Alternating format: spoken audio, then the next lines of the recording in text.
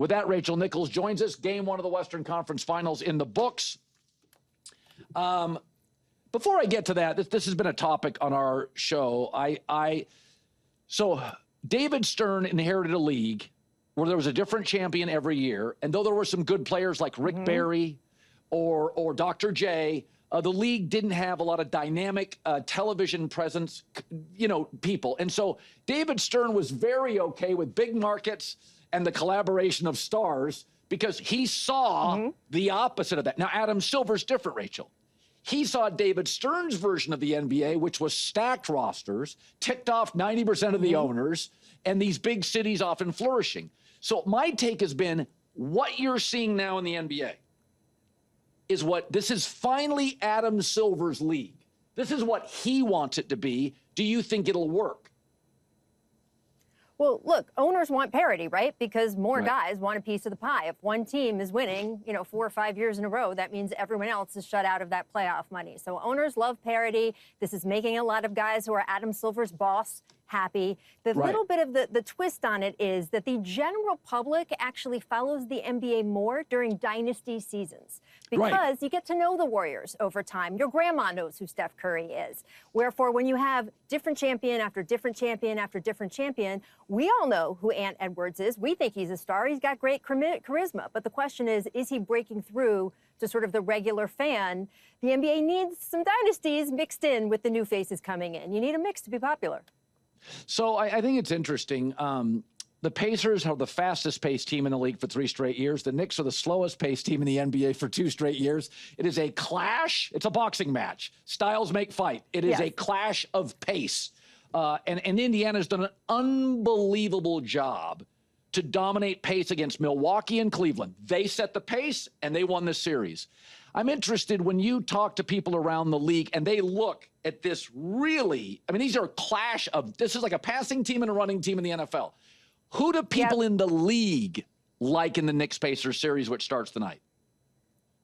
It's very split. It's interesting. First of all, I'm here in New York. The energy around the city is exactly what you would expect, Colin. If you talk to people on the streets and the taxis, not only are the Knicks going to sweep the Pacers in this series, they're also going to sweep the finals and somehow win 2 titles in the process. So that's the energy going on here right now. And certainly the Knicks match up so well against the Pacers, but they're going to find a defense that they haven't seen so far. You think Detroit pressed them a lot? The Pacers, because of their depth, they can go full court press. So when you talk about the pace of the Knicks or what they want to do offensively, who's going to have their way, the Knicks have to get there. Jalen Brunson has to be able to get to what he wants to do, and he's going to see pressure like he hasn't quite seen before. You know how good the Pacers are in transition. You know how good they are at getting points off of steals, turnovers. I think that's really part of the matchup to watch tonight to see whose style makes this fight.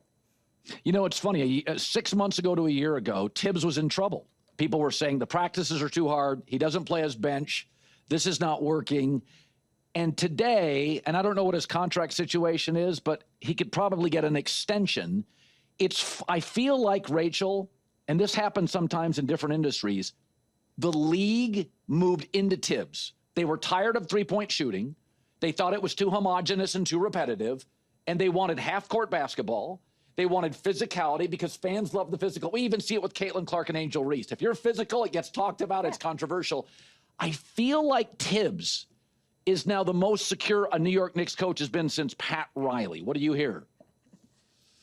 I mean, look, yes, certainly in a postseason where they're not calling as much, that favors different styles of teams and different styles of coaches, and Tibbs has always been in that hard-nosed basketball category. But I would say Tibbs even was, quote, in trouble. And trouble's probably the wrong way to say it because Leon Rose and here are so close, so who knows how close he would actually come to not getting future contracts. But there were a lot of whispers about Tibbs going into the Detroit series and even during the Detroit series. Wow. Colin, there was talk if they lost the Detroit series, what was going to happen to Tibbs. They had to take a really hard look at his future. Now, all of a sudden, they win 2 series later, and he's the toast of the NBA. So sometimes we talk about matchups and sort of how the bracket fills out and how that affects players and their legacy. Oh, he never got out of the second round. Well, that's because he always had these tough first and second round matchups out in the West, that kind of thing. Well, They got a great bracket here. They had, faced a Boston Celtics team that didn't play like itself the first few games. Then Jason Tatum gets hurt, and here they are, and Tibbs is the toast of the NBA. And I certainly wouldn't expect anyone to talk about his job security going forward. So SGA, when James Harden was doing the step-back move, it felt like he was working the league. He was working the system. Some have said the tush-push is working the system, although the NFL owners today voted to extend it. I don't feel that with SGA. I think SGA is just a contract initiator. He's good from the line. He's a great pure shooter. I'm not bothered by the SGA whistle. I thought he got one whistle last night that was ridiculous. But overall, I'm like, he's a really good player that initiates contract. Harden bothered me. This doesn't. Brunson's flopping can be irritating. This doesn't. How is he viewed in the league? Mm-hmm. Yeah, I mean, people just think he's such a pure player. I talked to several players throughout the league this season. Every single one of them, many of them on camera, including James Harden, by the way, told me he is the MVP of the league this season. And the MVP is going to be announced tonight. And I would certainly expect SGA to be the one to walk home with that hardware. His game is so complete that I think no one feels like it's maybe the way they felt about Harden, because they don't feel like he's depending on that and only that. So you have a lot of guys around the league, players who really respect the way this guy's played. And you don't really hear about that foul merchant stuff that Doris Burke mentioned last night is all over NBA Twitter. I want to wrap up with this. There are three levels of players that are going to potentially move. There's the Giannis level, a dominant player, still in his prime. There's the KD level, out of his prime, but an excellent player, 26 a game, can catch and shoot on any team in the league. Then there's the Kuminga level, not a refined player, but you're going to get 20 points. He's moving into his prime. Yeah. He still has some refinement. I feel like there are three levels of this, but let's go to the Giannis level because his numbers have been dominating over the last couple of years. Usually when we predict a huge market, you find out like with the Luka trade, there was like one team involved. Do you think there's 6, 7, 8 teams for Luka? For instance, the Knicks, I thought needed a big swing. Now I don't think they do need a big swing. I would not give up picks and players for Giannis. I think with this new style, they could win a title. What do you think the market is for Giannis? I think the market for Giannis is going to be enormous. I think that there are so many teams who feel they are one Giannis Antetokounmpo away from a title.